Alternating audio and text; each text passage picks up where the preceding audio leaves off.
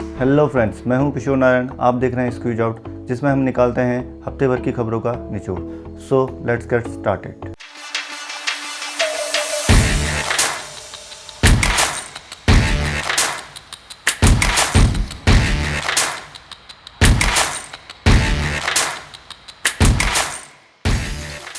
तो बात करते हैं AIFF की, जो कि है ऑल इंडिया फुटबॉल फेडरेशन, जिसको फीफा ने सस्पेंड कर दिया है। फीफा का कहना यह है कि AIFF में थर्ड पार्टीज दखल दे रही हैं। AIFF में लंबे समय से चुनाव नहीं हुए हैं, जिसकी निगरानी प्रफुल्ल पटेल द्वारा की जा रही है। प्रफुल्ल पटेल, जो कि 12 साल से AIFF के चेयरमैन रह चुके हैं। चुनाव न होने से याचिकाकर्ता सुप्रीम कोर्ट पहुंचे, तो सुप्रीम कोर्ट ने जून में यह आदेश दिया कि प्रफुल्ल पटेल और एग्जीक्यूटिव कमेटी को निकाल दिया जाए, और सुप्रीम कोर्ट द्वारा नियुक्त COA, जो कि है कमेटी ऑफ एडमिनिस्ट्रेटर, इसकी निगरानी करेगा जब तक कि AIFF में चुनाव नहीं हो जाते। COA, जिसमें अनिल दवे, जो कि फॉर्मर चीफ जस्टिस रह चुके हैं सुप्रीम कोर्ट के, भास्कर गांगुली, जो कि फॉर्मर कैप्टन रह चुके हैं इंडियन फुटबॉल टीम के, और SY कुरैशी, जो कि चीफ इलेक्शन कमिश्नर रह चुके हैं। COA ने चुनाव से पहले एक ड्राफ्ट बनाने की कोशिश की, जिसमें उनका कहना ये था कि जो 50% वोटिंग अधिकार है वो खिलाड़ियों और खिलाड़ियों से जुड़े हुए लोगों को देने चाहिए। फीफा का कहना ये था कि जो खिलाड़ियों का प्रतिनिधित्व है उसको आधा कर देना चाहिए था। फीफा का कहना ये भी था कि जो चुनावी जो कॉलेज है उसमें अलग अलग सदस्य राज्य, संघ और अलग अलग संस्थानों से आने चाहिए, और खिलाड़ियों का जो प्रतिनिधित्व है उसे 50% से घटाकर 25% कर देना चाहिए। अगस्त में सुप्रीम कोर्ट ने एक अंतरिम ऑर्डर पास किया, ये कहते हुए कि AIFF ने जो 72 मेंबरों की इलेक्टोरल कॉलेज बैठाने की जो बात कही है उसी हिसाब से चुनाव कर दिए जाएं, जिस कारण फीफा ने AIFF को बैन कर दिया, जिससे अक्टूबर में होने वाले अंडर 17 वुमेन वर्ल्ड कप में इफेक्ट पड़ सकता है। अब बात करते हैं डोलो 650 के बारे में।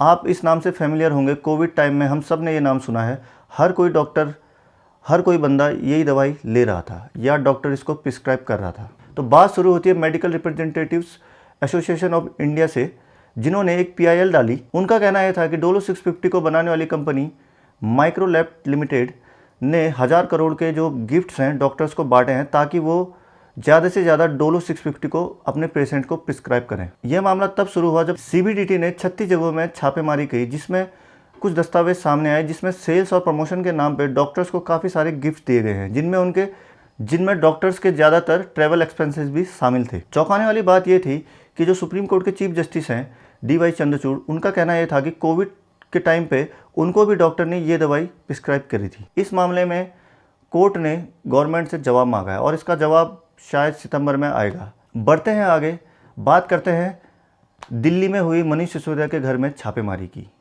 तो समझते हैं कि पूरा मामला क्या है। CBI ने 17 अगस्त को एक FIR दर्ज करी, जिसमें मनोज सिसोदिया, जो कि मुख्य आरोपी हैं इसमें, और इनके साथ जो 14 अन्य अधिकारी हैं दिल्ली गवर्नमेंट के, और उसमें कुछ कारोबारी भी शामिल हैं, उनके खिलाफ एक FIR दर्ज करी, जिनमें यह हलफनामा देते हुए कहा गया कि उनको गवर्नमेंट को 143 करोड़ के राजस्व का नुकसान हो रहा है। और यह छापेमारी 7 राज्यों और केंद्र शासित प्रदेशों में चली, जो कि जन्माष्टमी के दिन हुई। तो आइए जानते हैं क्या है पूरा मामला। दरअसल ये छापेमारी दिल्ली सरकार की नई शराब नीति के खिलाफ किया गया है, जो कि दिल्ली सरकार द्वारा वापस ले लिया गया है। नई शराब नीति का प्रस्ताव 2020 में लाया गया, और इसको नवंबर 2021 से प्रभावी बनाया गया। नई शराब नीति के अनुसार दिल्ली गवर्नमेंट ने सरकारी वेंडर्स को हटाकर प्राइवेट वेंडर्स को शराब बेचने की छूट दी, जिसमें वो अपने हिसाब से डिस्काउंट और रेट भी तय कर सकते हैं। आइए अब बात करते हैं चाय लवर्स और कॉफ़ी लवर्स के बारे में। तो दोनों के लिए ये खबर है दोस्तों, अमूल ने और मदर डेयरी ने अपने दूध के दामों में 2 रुपये से बढ़ोतरी कर दी है। अब बात करते हैं बिल्किस बानो केस की।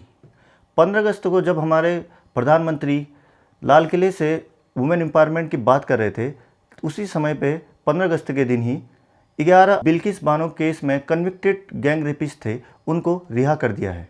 तो पहले हम जान लेते हैं बिल्किस बानो केस है क्या आखिर। बात है 2002 की, जब गुजरात में दंगे चरम सीमा पर थे। उस समय पर कुछ लोगों द्वारा, जो कि बिल्किस के जानने वाले ही थे, उनके द्वारा उसका रेप किया गया, और उसके साथ उसकी बहन, उसके कजिन्स का भी रेप किया गया। तो पहले तो ये केस काफ़ी वहाँ के गवर्नमेंट ने, ऑफिशियल्स ने दबाने की कोशिश करी। उसके बाद नेशनल ह्यूमन राइट कमीशन सामने आया, और एक PIL सुप्रीम कोर्ट के द्वारा डाली गई, जिससे ये केस CBI को ट्रांसफ़र किया गया, और केस को गुजरात से मुंबई शिफ्ट किया गया। और 20 अक्यूज्ड में से 12 लोगों को अरेस्ट किया गया। तो 2008 में 11 लोगों को, 12 में से एक की मौत अंडर ट्रायल हो गई थी, तो 11 लोगों को लाइफ इम्प्रीजनमेंट दिया गया। तो जब उनको लाइफ इम्प्रीजनमेंट दिया गया था तो ये 15 तारीख को कैसे छूट गए? तो आइए जानते हैं इसके बारे में, जो कि हमारी है रिमिशन पॉलिसी। तो ये क्या है, ये कब दी जाती है, क्यों दी जाती है, तो आइए समझते हैं इस बात को। जो हमारे कॉन्स्टिट्यूशन का आर्टिकल है 72 और 161, उसके अंतर्गत जो हमारे देश के राष्ट्रपति हैं और जो स्टेट्स के गवर्नर हैं, उनको ये पावर दी जाती है जिससे कि वो किसी भी अपराधी की सज़ा को माफ़ कर सकते हैं। जैसा कि जो प्रिजन होती है, जो जेल होती है, वो स्टेट का सब्जेक्ट होती है, तो सीआरपीसी के सेक्शन 432 के तहत स्टेट्स को भी ये पावर दी जाती है। इसमें भी काफ़ी सारे रिस्ट्रिक्शन हैं, जो रिमिशन है वो ऐसे ही नहीं दिया जाता। सीआरपीसी का 433 से ये कहता है कि कम से कम जो अपराधी है उसने 14 साल जेल में बिताए होने चाहिए, उसके बाद ही वो अप्लाई कर सकता है। अब जानते हैं कि कौन एलिजिबल होता है इसको अप्लाई करने के लिए और कौन नहीं। वुमेन और ट्रांसजेंडर जिनकी एज 50 से अबव है, और जो मेल कन्विक्ट्स हैं जिनकी एज 60 से अबव है, और जो बीमार हैं, वो लोग रिमिशन के लिए अप्लाई करने के लिए एलिजिबल हैं।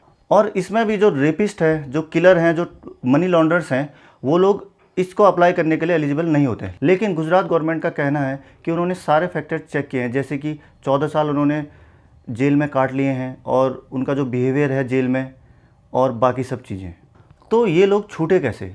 तो यहाँ आता है एक मास्टर स्ट्रोक। गवर्नमेंट ने क्या किया, जो 1992 की जो रिमिशन पॉलिसी थी, जिसमें ये सब चीज़ें नहीं थी, जिसमें किसी को भी रिमिशन दिया जा सकता है, उसका यूज करके उन 11 कन्विक्ट्स को रिहा कर दिया। ये बात किसी एक स्टेट की या एक किसी पार्टी की नहीं है। केरला में भी एक ऐसा ही कंट्रोवर्शियल जजमेंट आया, जिसमें जज ने अक्यूज्ड को इसलिए बेल दे दी कि उनका कहना था कि तुम्हारी ड्रेस प्रोवोकेटिव थी, इसलिए तुम पे सेक्सुअल हैरेसमेंट हुआ। तो ये था दोस्तों इस हफ्ते की खबरों का निचोड़। तो मिलते हैं अगले हफ्ते। Till then bye bye, take care, जय हिंद।